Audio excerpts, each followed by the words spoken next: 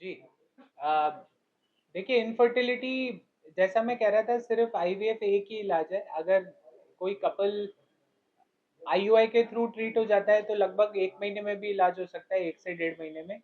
एक अगर आईवीएफ ही उनका इलाज का तरीका बचता है तो लगभग 2 से 3 महीने का ड्यूरेशन होता है।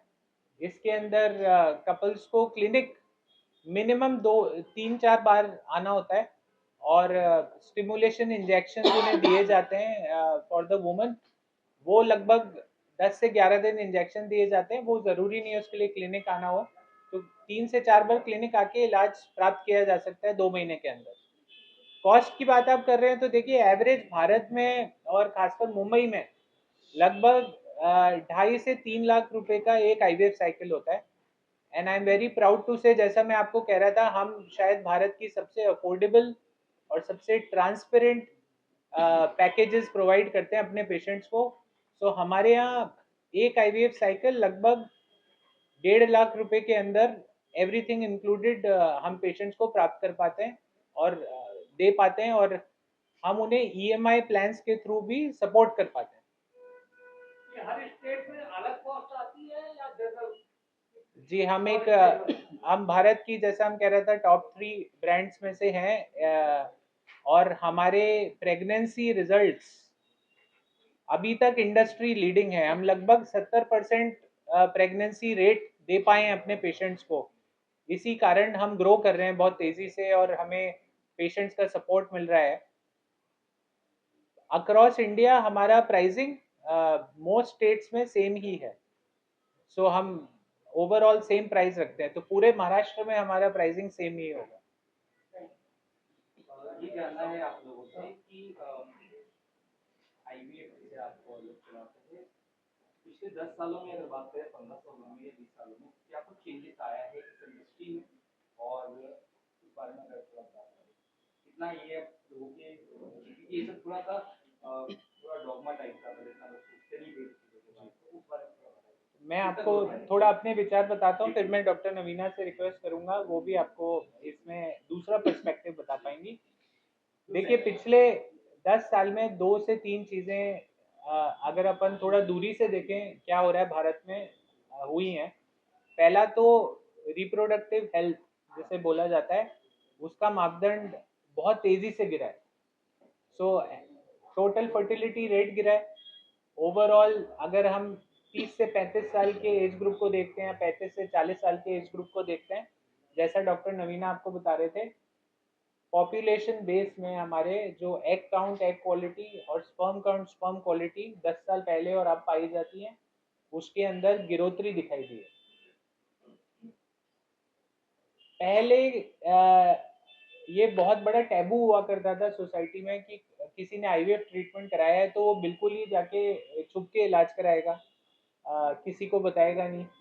आई थिंक अब थोड़ा सा हम 10 साल में, हालांकि अवेयरनेस की अभी भी कमी है, और इतना बड़ा देश है भारत, हम बहुत अच्छा कर सकते हैं, बट उन चीज़ों में थोड़ा सा ग्रोथ आई है। लोग अब मेडिकल ट्रीटमेंट की तरफ ज़्यादा मुड़ते हैं, बजाय पहले आप देखेंगे हकीम मुनीम रिलीजन का सहारा लिया जाता है, और भी कई घरेलू नुस्खे अपनाए जाते हैं, उससे पेशेंट के लिए टाइम लूज हो जाता है। दूसरा सबसे बड़ा चेंज आया है साइंस एंड टेक्नोलॉजी में। तो जो प्रेगनेंसी रेट आज से 10 साल पहले आईवीएफ दे पाता था, अब क्योंकि इक्विपमेंट चेंज हो गया है, हम लोग जो अपनी एम्ब्रियोलॉजी लैब में एयर क्वालिटी लगाते हैं, आप बिलीव नहीं करेंगे, it is one of the cleanest airs which is ISO level 5, triple HEPA filtered. और अब एयर पोल्यूशन के कारण हर कोई फिल्ट्रेशन समझ गया है। तो मैं आपको बात समझा सकता हूँ, हमारा 3 लेयर्स ऑफ फिल्टरेशन होता है एयर जो आती है लैब के अंदर, जिसके अंदर एम्ब्रियोस प्रोड्यूस किए जाते हैं। इस सब टेक्नोलॉजी में बहुत बढ़ोतरी आई है, एंड इसके कारण प्रेगनेंसी दर जो उसके अंदर भी, रिजल्ट्स के अंदर पेशेंट्स के लिए बढ़ोतरी आई है। मैं इसमें एक ही चीज़ बस बताना चाहूँगी, अगर आप इसे दो हिस्सों में विभाजित करें, पहला कि भाई केसेस में क्या बढ़ोतरी आई है, और दूसरा कि ट्रीटमेंट में क्या इसमें अंतर आया है पिछले 10 साल में। केसेस जैसे अभिषेक बता रहे थे, हाँ इनकी संख्या बहुत ज़्यादा बढ़ गई है, उसके कारण अभी हमने जैसे समझे कि लाइफस्टाइल बहुत चेंज हुआ है, स्ट्रेस फैक्टर है, लोगों के शादी करने की उम्र में हमने देखा है कि अब लेट शादियां हो रही हैं, और बहुत सारे कंडीशंस लाइक पीसीओएस, एंडोमेट्रियोसिस, और अंडों की संख्या में कमी आना, और पुरुषों के केसेस की मात्रा इनफर्टिलिटी की जो संख्या है उसमें भी काफ़ी बढ़ोतरी आई। सो अगर हम केसेस के बारे में बात करें पिछले 10 साल में, तो जो इनफर्टिलिटी की संख्या थी, जो परसेंटेज था, उसमें बहुत कारणों से बढ़ोतरी आई। लेकिन अब ट्रीटमेंट की अगर हम बात करें तो ट्रीटमेंट में भी साइंस ने बहुत ज़्यादा इसमें सफलता प्राप्त करी है। पहले जो 10 साल जो ट्रीटमेंट पहले होता था, आज उससे हम कई ज़्यादा साइंस ने इस क्षेत्र में काफ़ी सफलता प्राप्त करी हुई है। पहले हम बेसिक आईवीएफ टेक्निक इस्तेमाल करते थे, उसके बाद इक्सी आया, जो एक बहुत ही मददगार ट्रीटमेंट साबित हुआ उन कपल्स के लिए जिन स्पेशली जिन्हें पुरुष रिलेटेड तकलीफ थी, जिनके शुक्राणु की संख्या बहुत कम थी, क्वालिटी कम थी। फिर हम आगे बढ़े, लेजर असिस्टेड हैचिंग, ब्लास्टोसिस्ट, ये सब ट्रीटमेंट में एक एक करके हर एक बढ़ोतरी ही पाई जाएगी। आज हम उस लेवल पे साइंस बढ़ गया है जहाँ पे हम एआई के बारे में बात कर रहे हैं, जहाँ हम रेडियो फ्रिक्वेंसी टेस्टिंग के बारे में, आइडेंटिफिकेशन के बारे में बात कर रहे हैं, आरआई के बारे में बात कर रहे हैं। सो अगर आप साइंस ट्रीटमेंट में भी बात करें तो डेफिनेटली उसमें भी बहुत ज़्यादा बढ़ोतरी आई। लेकिन अब हमें ये ध्यान देखना है कि हम इसका प्रिवेंशन भी करें, ना सिर्फ ट्रीटमेंट की तरफ भागें। तो ये तभी संभव होगा जब हम एकत्र होकर इसकी तरफ ध्यान दें। नॉर्मल जनता के हिसाब से जो बेसिक सोच से अगर देखा जाए या सोचा जाए, तो एक नॉर्मल जो एज था पहले, जैसे कि 20-20 साल में लड़की शादी करें, जो 28-29-30 तक हो गया, इस एज में एक लड़की को शादी करना चाहिए, एक लड़के को शादी करना चाहिए? ये क्वेश्चन बहुत ही गलत, मैं बोलूँगी इसको मैं सही तरीके से बोलना चाहूँगी, क्योंकि आप शादी के लिए आप किसी को नहीं बोल सकते, राइट? अगर मैं बोलूँ कि आप अपने रिप्रोडक्टिव हेल्थ के बारे में कब से इस चीज़ को थोड़ा सा सीरियसली लें, या इसके बारे में आप सतर्क हो जाएं और इसके बारे में आप जांचें शुरू कर दें, तो हर वो महिला, हर वो पुरुष जो 25 साल से ऊपर है और 35 तक है, आज आपने बहुत, आप लोग मीडिया से आपने तो पहले ही देखा होगा कि आज एग फ्रीजिंग के बारे में बहुत ज़्यादा चर्चाएं हो रही हैं।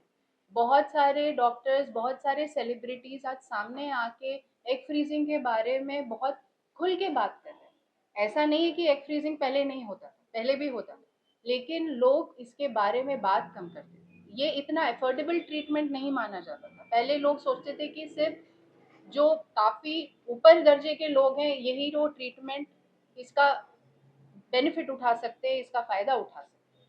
लेकिन आज इसकी इतनी ज़्यादा ज़रूरत हो चुकी है, आप पूरे केसेस को देखें तो मैं हर वो महिला जो 25 साल के ऊपर है, उनसे ये रिक्वेस्ट करूँगी कि वो अपने रिप्रोडक्टिव हेल्थ की जांच करें।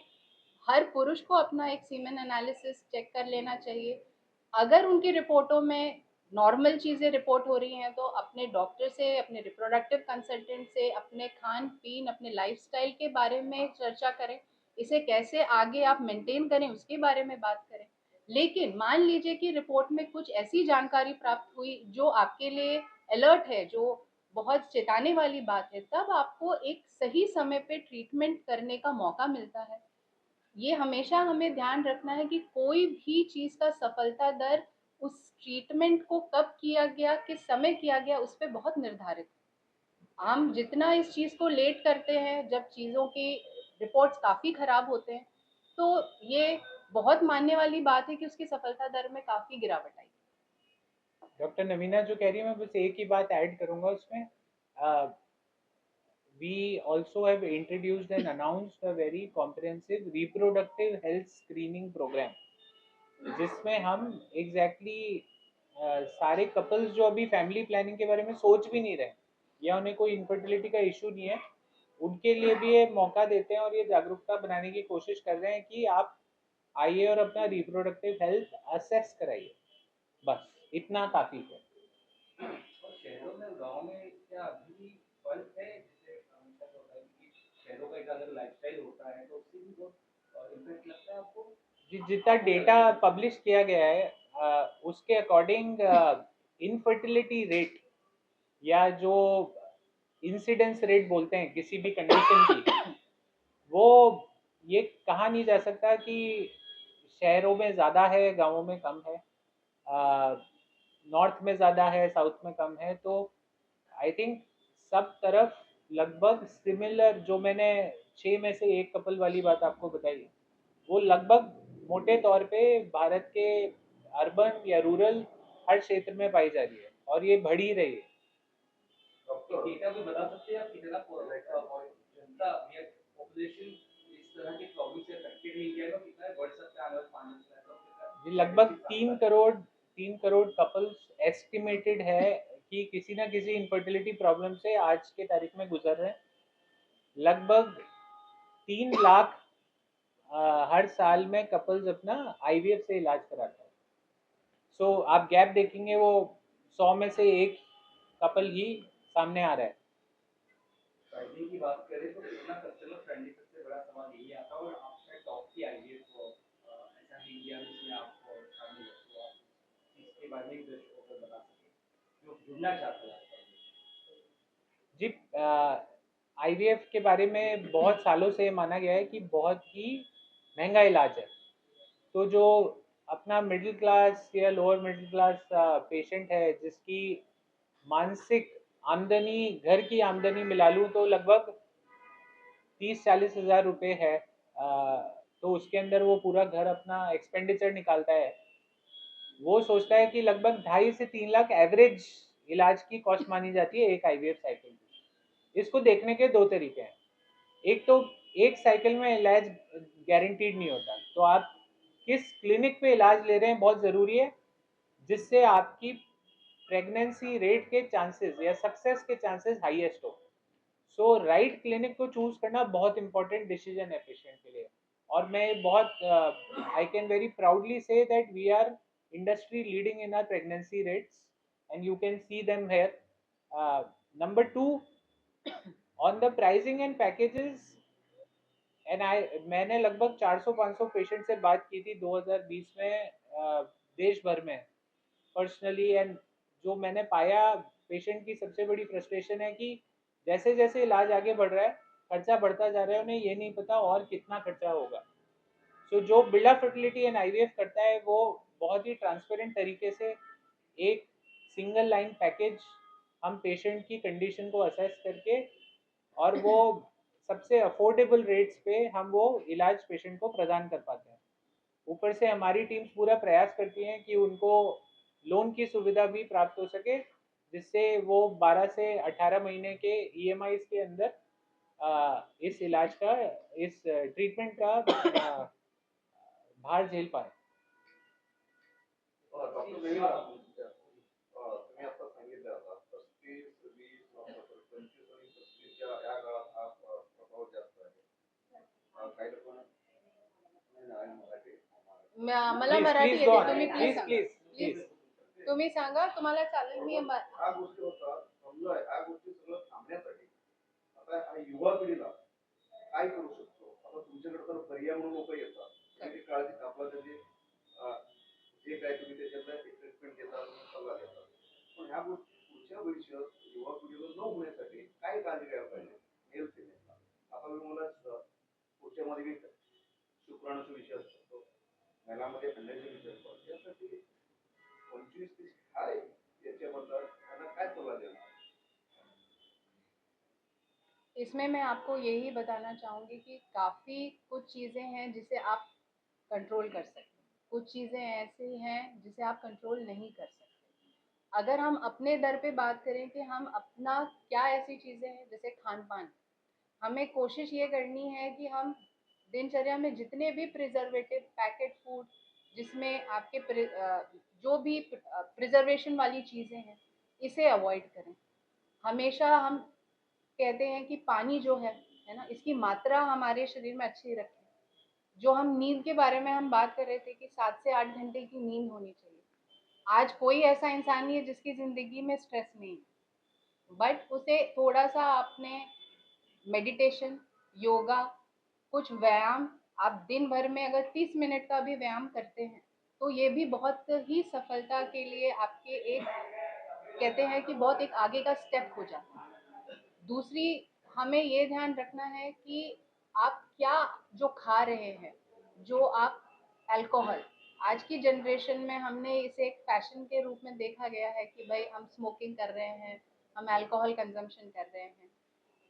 इसकी मात्रा या इसे ना करना, पुरुषों में स्मोकिंग की मात्रा ज़्यादा होने की वजह से भी शुक्राणु की संख्या, उनकी क्वालिटी, उनके डीएनए डैमेज में बहुत बढ़ोतरी पाई गई। आज हम लैपटॉप, फ़ोन, डिजिटल की जो चीज़ें हैं जिनमें रेडिएशन का उपयोग होता है, उसकी हम कहते हैं कि आप आदमियों में हम कहते हैं कि आप फ़ोन अपने पॉकेट में ना रखें, ठीक है। हम आज कोई भी, कितने लोग हैं हम जो हम फ्री हैं तो हम हमेशा स्क्रीन में स्क्रॉल करते रहते हैं। उसकी बजाय आपने फ़ोन को रेडिएशन ही एमिट कर रहे हैं, उसे कुछ मात्रा में आप बाहर रखें, कुछ समय के लिए बाहर रखें, ठीक है। और जैसे लैपटॉप, पुरुषों में हम बहुत ज़्यादा ये काउंसलिंग करते हैं, इसकी जानकारी बोलते हैं कि जो पुरुष लैपटॉप पे बहुत समय तक काम करते हैं, वो टेबल पे रख के लैपटॉप काम करें, और जब उसका प्रयोग ना हो तो उसे स्विच ऑफ करें, उसे बंद करें, ना कि स्लीप मोड में डालें। बिकॉज ये सारे पदार्थ जो है, ये सारे जो रेडिएशन इमिट करते हैं, ये कहीं ना कहीं हमारे शरीर को नुकसान करते हैं। खाने पीने में हम शब्द इस्तेमाल करते हैं लाइफस्टाइल, ये खुद ही अपने आप को बताता है कि लाइफ और उसकी स्टाइल, पूरी जिंदगी, अगर हम ये सोचें कि हम 1 महीना करके छोड़ देंगे और इसका हमारे शरीर पे असर दिखाई देगा, ये बिल्कुल नहीं।